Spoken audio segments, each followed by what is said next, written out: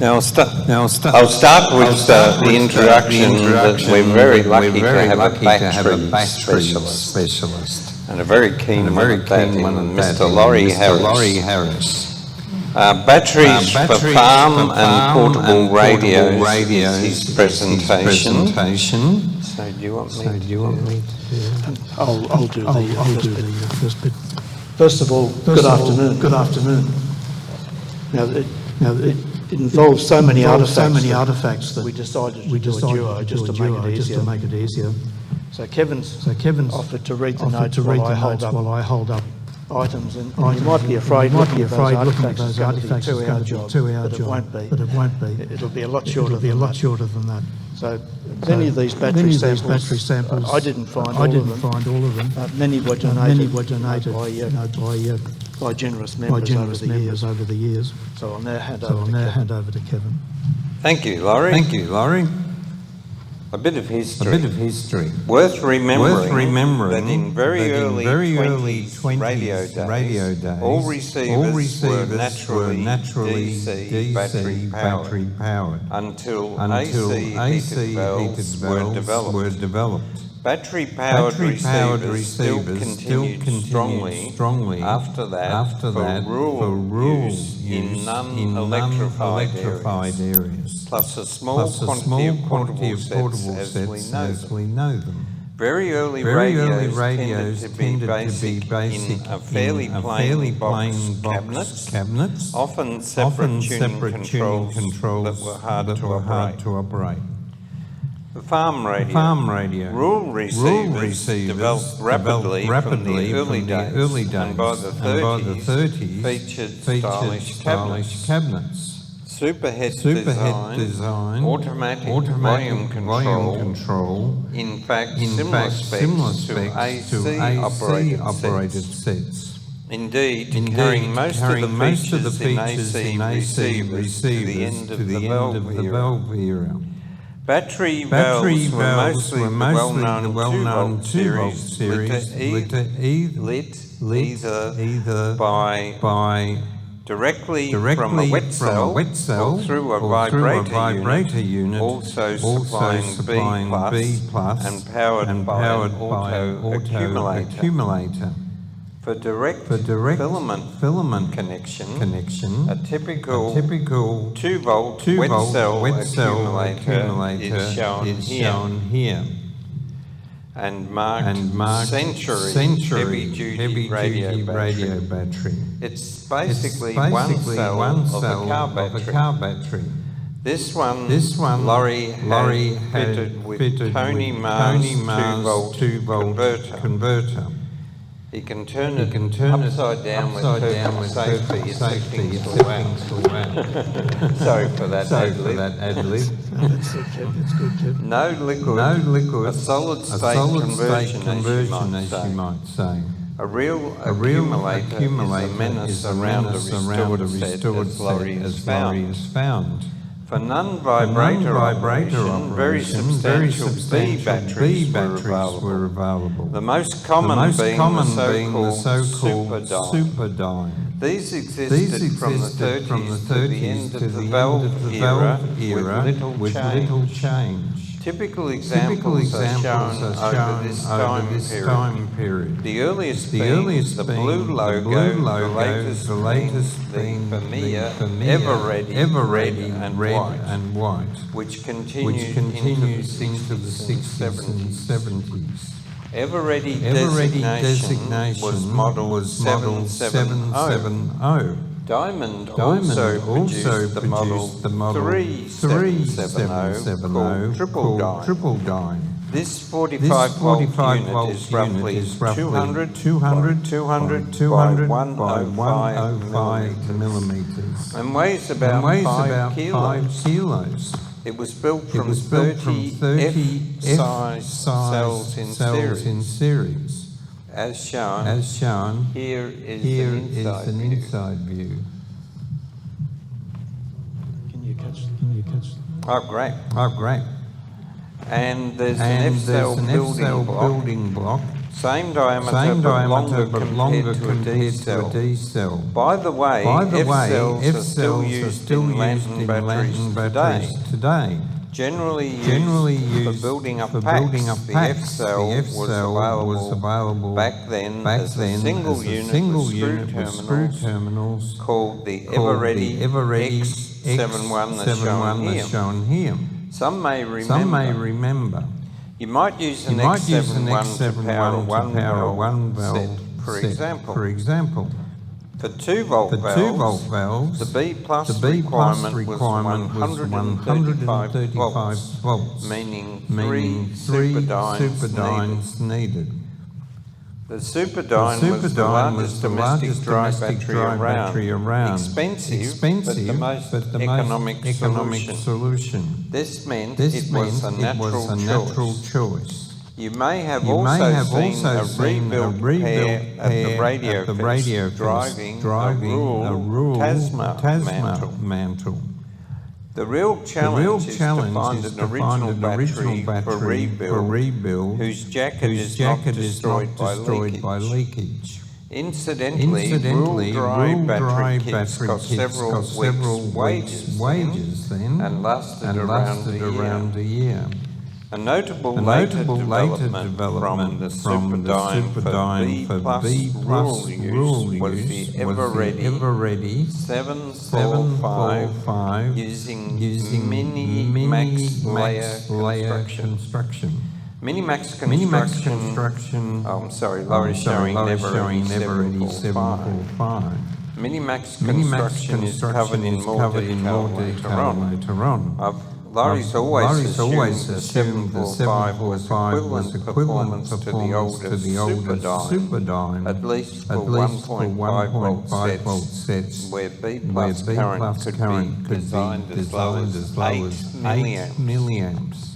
The ever-ready 745 were available in a combination carton as a pair, together with a monster A battery built from 30 F cells in parallel. Check this out. This is an A battery. The ever-ready X250 as shown here. You could melt wire with these. And here is the complete kit. Ever-ready combination carton type S for Sam 766. This is what you would buy for your 1.5 volt farm set.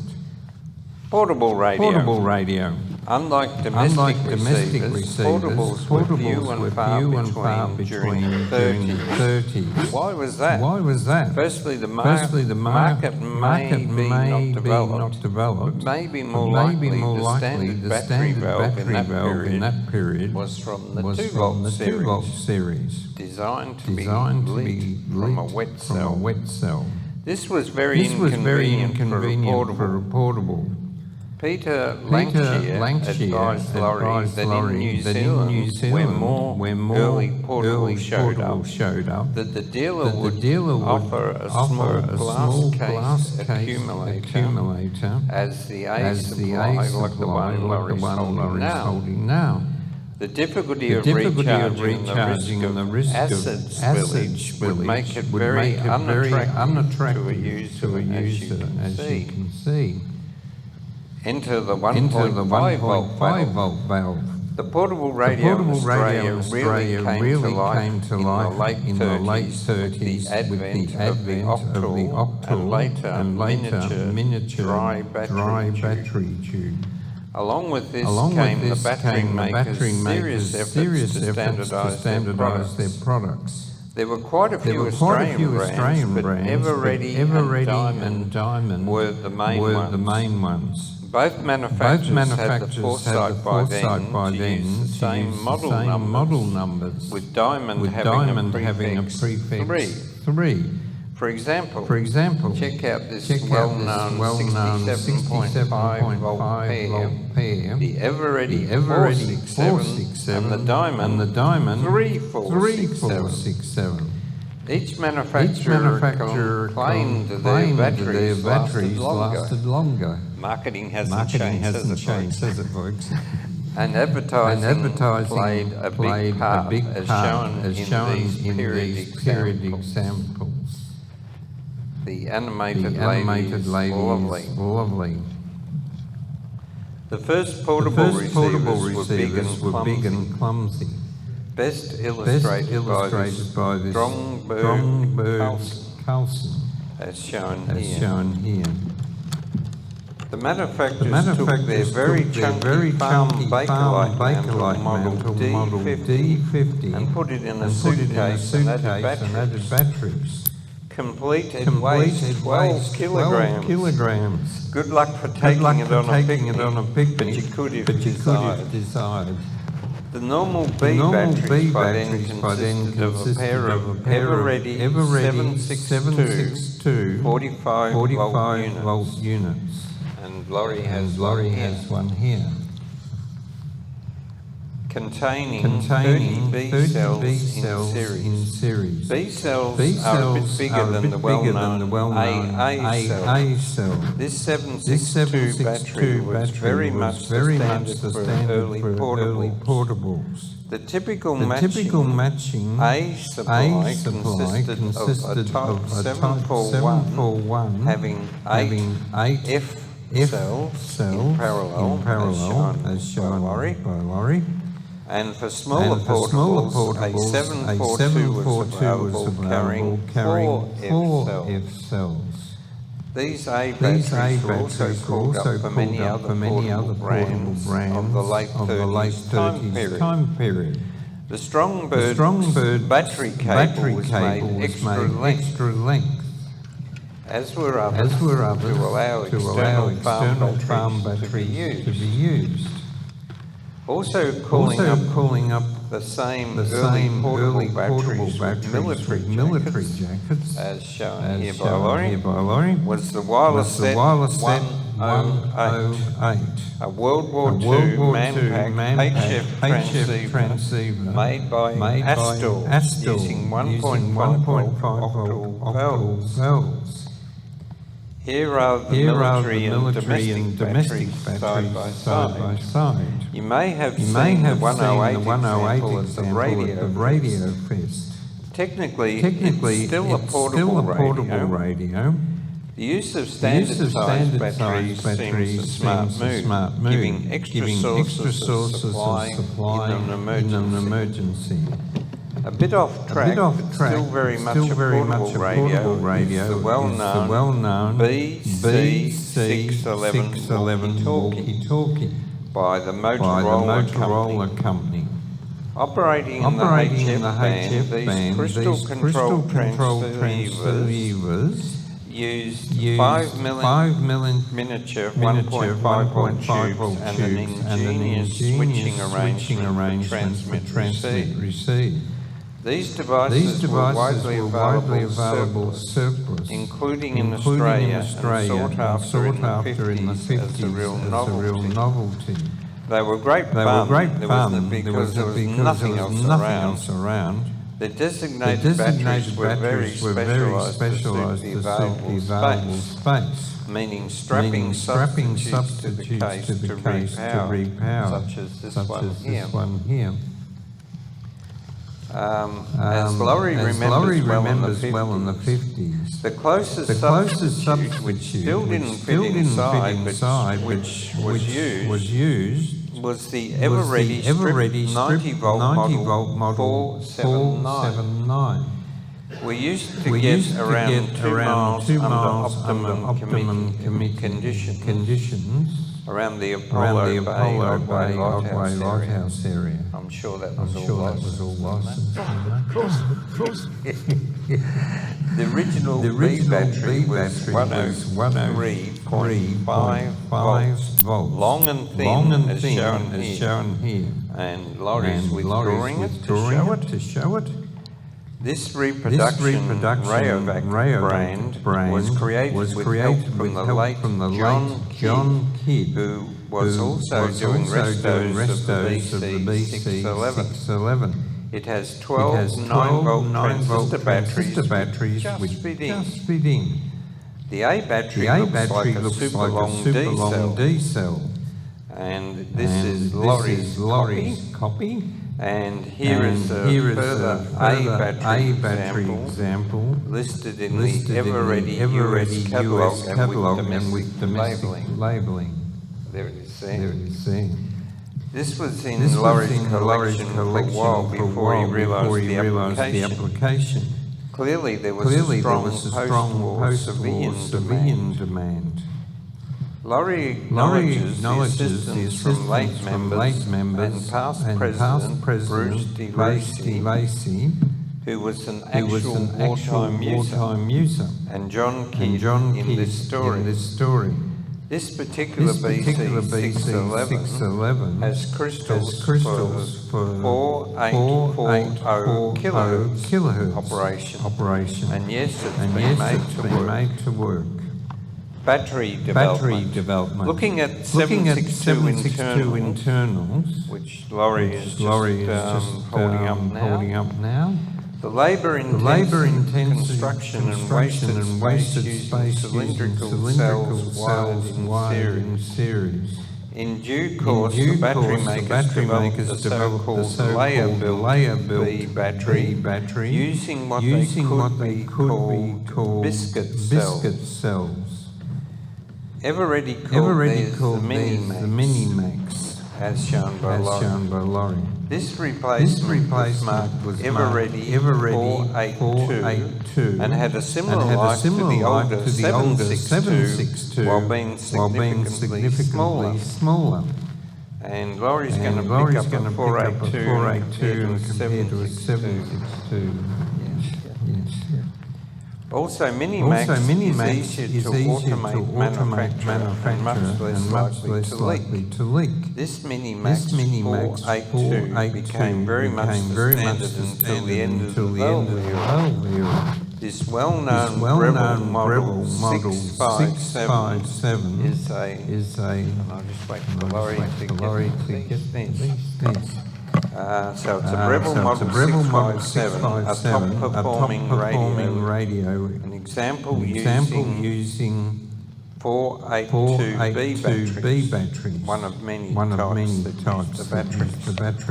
In the meantime, the existing 741 Block A battery was remodelled in a strip form, as Laurie is holding there, and it became the Model 745, still using a F-cell, but in packaging better suited more modern cabinets like this one. Post-war. Manufacture of all domestic sets was interrupted by World War II. Afterwards, the demand for smaller and more elegant portables meant batteries to suit. A group of sets emerged using miniature battery valves with AC power option. Such as the lovely Philips 196A shown here. It was convenient to series connect the heaters for this application, meaning an A battery of 7.5 volts for portable use. The Philips was designed around a B battery of 90 volts. The Ever-ready 490P is shown here, and an A battery of 7.5 volts. The Ever-ready Model 717 is shown here. Both batteries are quite small and limited life, but allow the elegant cabinet design that you see here. Development was also led to the so-called combination battery, where A and B were life-matched and packaged together. A popular example for larger portables was the Ever-ready 753 shown here. It had 7.5, 9 and 90 volts. Why 9 volts? Glad you asked. Some higher grade sets had an RF stage, meaning 5 series connected miniature tubes rather than 4. Several sets called up this battery. Three examples of the Philips metal model series with bakelite ends. the R&H Jubilee portable kit set, and the STC Rambler. Still on combination batteries, the Korean Vietnam era AN/PRC-10 Army Manpack Receiver, as Laurie's holding, is a miracle of miniaturisation and precision. It carries several wire lead and miniature valves and a 5-gang tuner. It operates in the low VHF FM band. Its combination battery DA600, as shown here, has several voltage levels built in, 1.5A, -6 volts C, and 67 and 135 volts B. Now Laurie has added a personal note. Laurie was called up and could have been posted to Vietnam in 1969, but paradoxically avoided it by being accepted in the Signals Corps. Trained in all the current Army radios but strangely, the earlier technical radio interest in teenage years had gone. The AN/PRC-10 was around at the time, but probably obsolescent by them. A series of smaller portables became available. One example is the AWA 450P, which Laurie's getting out there. It'll probably work. So after he's unpacked this brand new radio, we can get it going.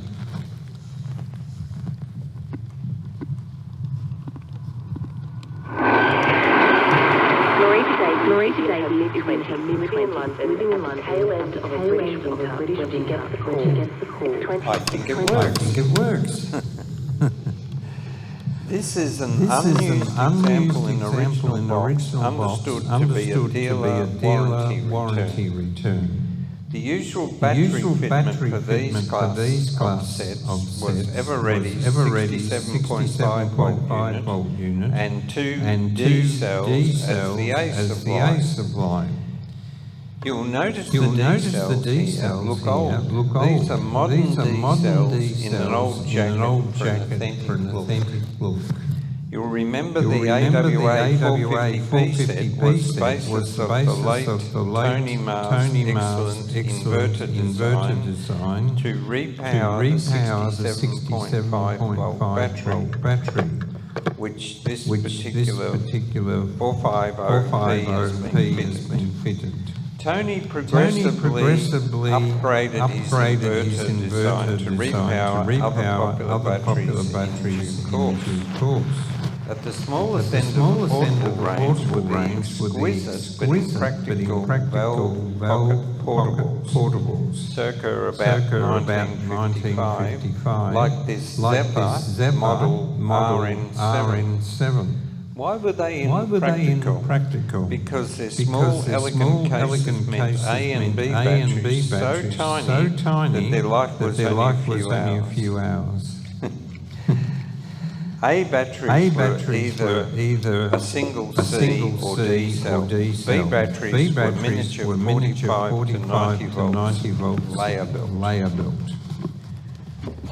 Laurie's just opening an internal view of a 67.5 volt unit. A second receiver example here shows how tightly packed the interior was. And with a single C cell and a 67 volt battery, B battery they supply. This example is basically unused. Their tiny B batteries here look impossible to repower, but can be rebuilt using 12 volt remote control batteries in cut down AA, that's AAA cell holders, as Laurie's showing. Battery size and voltage was not the only compromise, as the cut-down ferrite rod was very close to other hardware, limiting its pickup. However, the technical limitations do not detract from the collective value today. As a general note, rebuilding any old battery, modern alkaline cells are an excellent choice as their life performance is 3 to 5 times better than the cells of old, according to Tony Marr. They are also substantially leak-proof and their cost is most reasonable, particularly in bulk. Many different cell holders are available from the tray to fit an old battery case. A fuse is recommended. Tony Marr also recommended any loop rechargeable batteries, as they don't leak and hold their charge for years. In fact, claimed on this box, which is a very recent purchase, is after 10 years, 70% charge. It's Japanese quality from Costco. They're also excellent for transistor radios that you might only have for display and you only turn them on very occasionally. Do you want to do Yes, I'll wrap up. Thank you all for participating. Particular appreciation for Kevin's help here. We have covered a lot of ground that really just scratched the surface. And you might ask why you display old batteries. They're only consumables. There was such an enormous range, and we're a big deal in the golden age of radio. And for any queries, please approach me afterwards. Thank you very much. Thank you very much.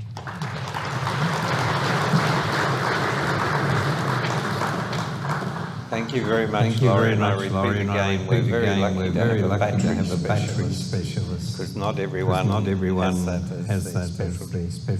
Over to afternoon tea.